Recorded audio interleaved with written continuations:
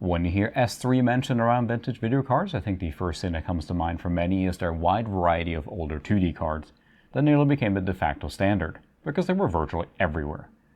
And for good reason too. Good image quality and great compatibility in DOS as well as Windows made them a favorite of many system builders. There were many flavors, including integrated varieties. And if you like tinkering with retro PCs from the 90s, chances are very high you've come across an S3 video card of some kind. They did try and break out of that 2D world, however, with some 3D Accelerator capabilities. While many of their video cards did boast some level of acceleration for 3D, it was often lacking, bare bones, or simply not working. However, at one point, S3 dared to try and go up against the big hitters in the accelerator market, including the mighty 3D Effects with their smash hit line of Voodoo cards. Today, we're going to take a closer look at the S3 Savage 4. Welcome back to Rick's Random Retro, where we take a walk on the wild side.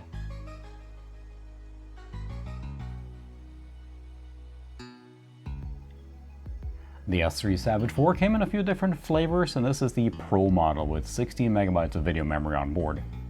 This particular card appears to be an OEM version of some kind, judging by the compact part sticker affixed to the back. That said, it's still part of Diamond's Stealth 3 S540 series of cards, all powered by the Savage 4 chip. The card itself is quite unremarkable, has just a single VGA out port, no additional S-video out for connecting a TV, and basic passive cooling via the attached heatsink. Now keep in mind that while we'll be doing some direct comparison to other cards, the Savage 4 was often sold at a lower price, undercutting the competition. While S3 might have had aspirations to be a true contender for top performance, this card was probably not it. In fact, my model is not even the best version of this card. That falls to the Savage 4 Extreme. 90s marketing and product naming was great, wasn't it?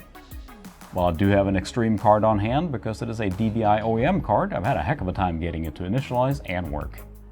Sadly, you'll have to sit this one out. Mostly what the card brings is higher clock speed, but that said, consider our Savage 4 Power Diamond Stealth card to be the middle of the pack average option. It should still be a good indicator of what the card can do. And many of the features that we'll look at are available across the entire product line, regardless of the specific model. Anytime you look at 3D accelerators in the late 90s, there are a few big hitters we have to discuss. After all, the market was fiercely competitive, and a lot of that was brought on by 3D Effects and their very popular cards. What started as the Voodoo and Voodoo 2 cards eventually morphed into arguably their first truly good combined 2D and 3D card, the Voodoo 3. A highly compatible card propped up by the excellent Glide API that was supported in nearly every 3D game at the time. NVIDIA had just released their highly anticipated TNT2 line of cards, and this truly put the heat on 3D Effects. It meant the competitors weren't playing catch-up anymore, they were going neck and neck. Matrox, the king of 2D image quality, threw their hat in the ring as well with their G400 line of cards.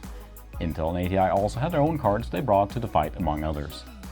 This was an incredibly competitive and formative landscape for 3D accelerators, and S3 wanted a piece of the constantly growing PC market share going into the new millennium. We'll do some comparison with some of these different cards shortly to see how the Savage 4 stacks up to the very fierce competition.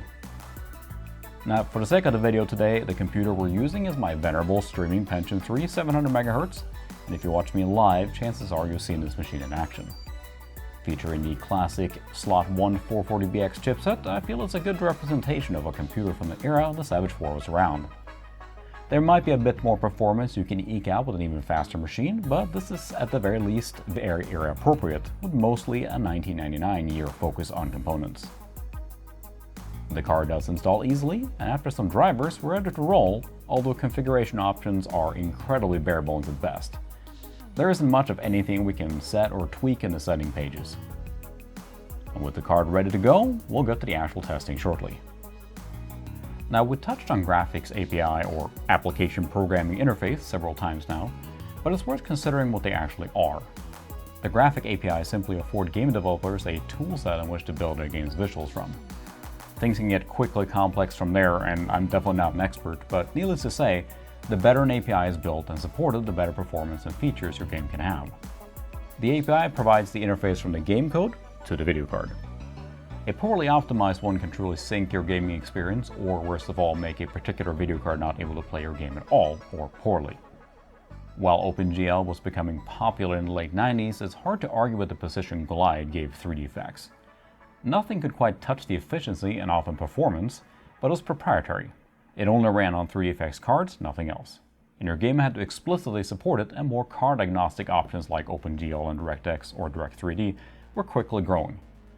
Cards had to support these standards, but if you could get away with your own API like Glide to be supported by game developers, you were truly set. You could set the direction of the industry much like 3dfx had done for years. Many tried, and very few succeeded. S3 then thought they could offer their own take on the standard with the Metal API. Needless to say, it didn't catch on, and the supported game list is quite small, mostly focused on Unreal Engine games, with some unofficial hacks for other games. But it is worth using when it's available, as it works quite well in the games that do support it. But with that list of games being so small, it's definitely a novelty and not a reason to seek out a Savage 4 card for its groundbreaking performance and unique experience.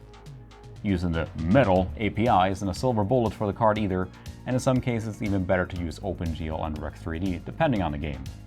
But with that spread of support, it's still quite a compatible card, and most games I tried out ran great with few problems. One of the great party tricks with a Savage 4 card is that it supported much higher resolution textures than the competitors. This came in the form of the S3TC or S3 texture compression. While the word compression may sound bad, at the end of the day, this just means the card supported much higher resolution textures than most of the competition did at the time, which arguably do look a lot better than what you'd see on competitor cards. But these had to be explicitly installed and selected, like you can see here on the extra disc that came with Unreal Tournament. So it was not something that was available for every single game. Install them into the supported game, and you're indeed treated to much cleaner textures where applicable. Again, something that is pretty narrow in the games that supported it, but when it is available, it does make a really good impression, especially considering what we were used to at the time. Sadly, S3 texture compression didn't catch on until the competitors basically took the feature and folded into their cards as well. Soon enough, high-quality textures like these were a standard thing and not even a standout feature, with DirectX eventually supporting them. Although, to my understanding, they did license it from S3, but it was one less thing that made their cards unique. But going back to S3TC specifically, it can make a really big difference in games where it's actually supported. Look at the texture quality difference here for the same spot on the Savage 4 and the Voodoo 3. There really is no contest here. The Savage 4 can offer a much sharper image. And the way it's done doesn't really impact performance, so it's a great choice to use when it's available. Not to mention the 32-bit color support, which 3dfx famously did not offer at all on the Voodoo 3. Notice the dithering on the smoke from the grenade here in 16-bit and how much smoother it looks when switching to 32-bit. There's a performance set to do so, however, but it's something other card makers held over 3dfx for lacking, although they instead had some trickery with how they processed 16-bit, offering up a middle ground. How many gamers actually chose to sacrifice performance versus image quality is up for discussion, although I'm sure numerous message boards were more than happy to talk about why their card was the best, 32-bit color support being a frequent point of contention. Like mentioned, the Savage 4 is a highly compatible card offering support for several standards. Let's look at a selection of games running on the card with a variety of setups. I'll note for each game what the settings are and which API is in play. So sit back and enjoy some games on the S3 Savage 4.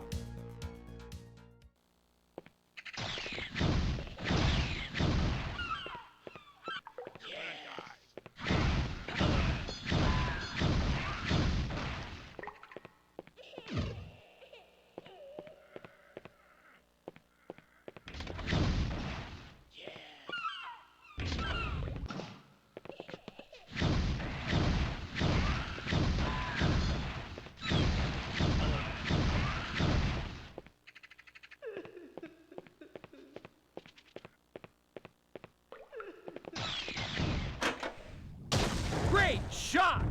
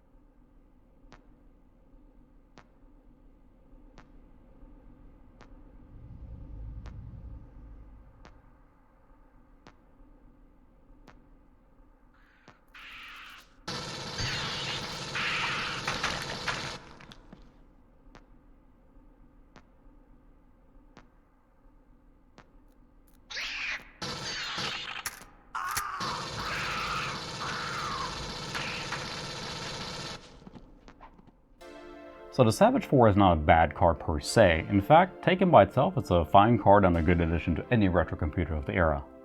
It supports OpenGL and Direct3D, and in some games get an additional kick via the special Metal API. I honestly really like the video output of the card. It's crisp and I think it has a good balance with colors and brightness. Also, the addition of the S3TC textures in some games are especially nice. It even is able to keep up somewhat in performance of the direct competitors. But as we dig into the benchmarks, I want to keep things simple. We're running all the tests at 800x600 at 16-bit colors to keep the playing field even, and keeping to something that is the most appropriate target for the Savage 4. And you may want to take these results with just a grain of salt. The reason for that is since my Savage 4 is a middle-of-the-pack model compared against the Voodoo 3 3000 and TNT 2 Ultra, it wouldn't be very much of a fair fight. I have opted to downclock both of these cards to better match the models that competed with the Savage 4, or ones that people might have been deciding on when it came time to buy a card. Either way, this isn't an exact science, but more to get a general idea of the performance on tap. Now, arguably the most important competitor in the space was the venerable Voodoo 3, an incredibly compatible card boosted by the broadly supported Glide API. Built and improved on from previous cards in the very popular Voodoo series, like the name obviously implies. While 3dfx's dominance was slowly waning at this point, they weren't out of the game just yet. It's impossible to look at the Savage 4 without comparing it to the main competitor with the Voodoo 3. I have downclocked this card to better match it with the most likely match in the Voodoo 3 2000. As a side note, while this is a PCI card, the Voodoo 3 has virtually no performance difference between the PCI and AGP models. Likewise, Nvidia wasn't sitting still, and with their TNT 2 line, they improved on just about everything from the first generation TNT cards. There were many models of the TNT 2, but since my Ultra occupies the top spot, we have clocked it down as far as it goes to better match the performance of a middle-of-the-road standard TNT 2. Nvidia didn't have any special API to lift the results either, and instead relied solely on OpenGL and Rec3D compatibility. There's no denying that even with a downclocked setup, this card has additional horsepower that we'll see evident as soon as we look at the benchmarks. I remember running 3D Mark 99 over and over while tweaking my video card back in the day, and it always felt more important than it actually was to get the highest score. It's however a great way to get an overall performance number for your computer and above all 3D power. Our Savage 4 takes the lowest spot here, but it's within spitting distance of the Voodoo 3, while the TNT 2 walks this one away easily. The graph may seem ridiculous here, but remember the difference is only about 300 points between the Savage 4 and the TNT 2.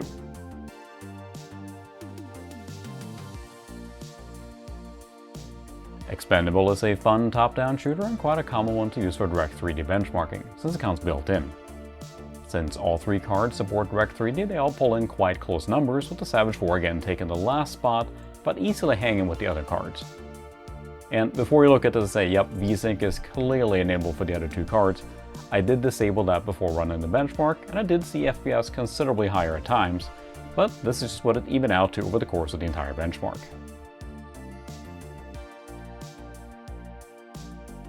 Who hasn't run this loop in Quake 2 to see how their video card stacks up? A very common one utilizing OpenGL, which is a strong suit of the Voodoo 3 in this case. It pulls way ahead of the other two cards, clocking in at 100 FPS, while the Savage 4 yet again takes the lowest spot. There's obviously a pattern here, and again, take these results with a grain of salt, but the Savage 4 is still in the general vicinity of the competition. Except whatever the Voodoo 3 pulled off here, that is.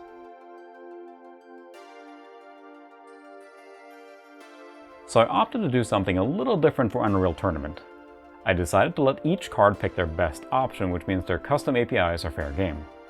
No surprise that the Savage 4 again is in the last spot, but above all it shows that while the Metal API is useful, it doesn't automatically mean that the card will win a showdown. Even without a custom API, the TNT2 again commands the top spot, which is brute force.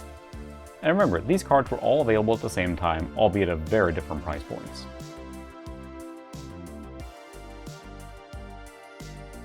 Looking at the specs of the cards, it's a surprisingly even fight, while our Savage 4 still picks up the bottom spot in most of the benchmarks. But it's honestly a lot closer than I thought it would be. Obviously, if we return to stock clocks of the two other cards, it's a total different story. But that said, I was pleasantly surprised at how well the Savage 4 is able to trade blows with what were some of S3 main competitors at the time. We looked at how the performance stacks up against the competitors, we learned about the special Metal API, as well as the special textures Savage 4 cards can utilize.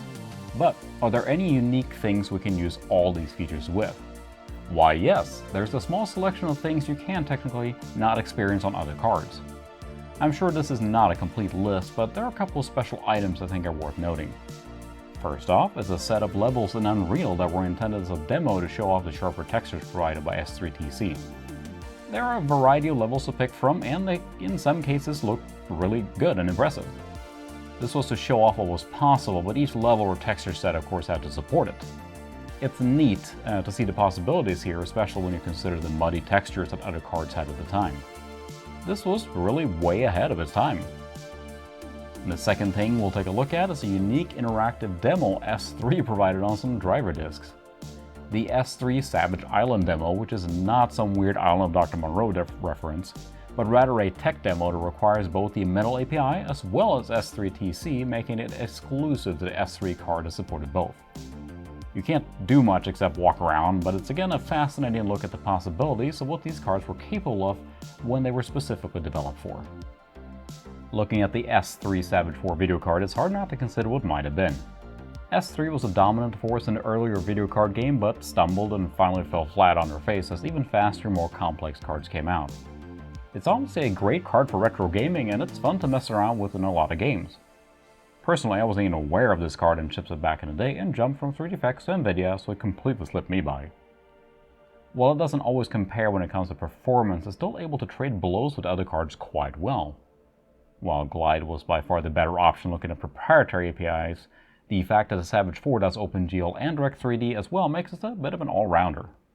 Coupled with great image quality and some extra tricks, although with pretty poor driver options, it's honestly not a bad pick and a card, or rather chip, that deserves a little bit more attention.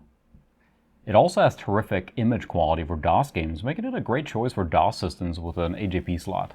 Damn, I'm looking good. However, as far as success, comparing it to the other cards of the day that tried to carve out their own space, it made it about as far as you'd expect. Until the follow-up Savage 2000 came around and basically killed the entire company. The Savage 4 then is a cool card that didn't make it very far, which maybe leaves it with the sad description of neat, not exactly amazing. I hope you have enjoyed this brief look at arguably the last proper effort at a 3D Accelerator card from S3 with the Savage 4.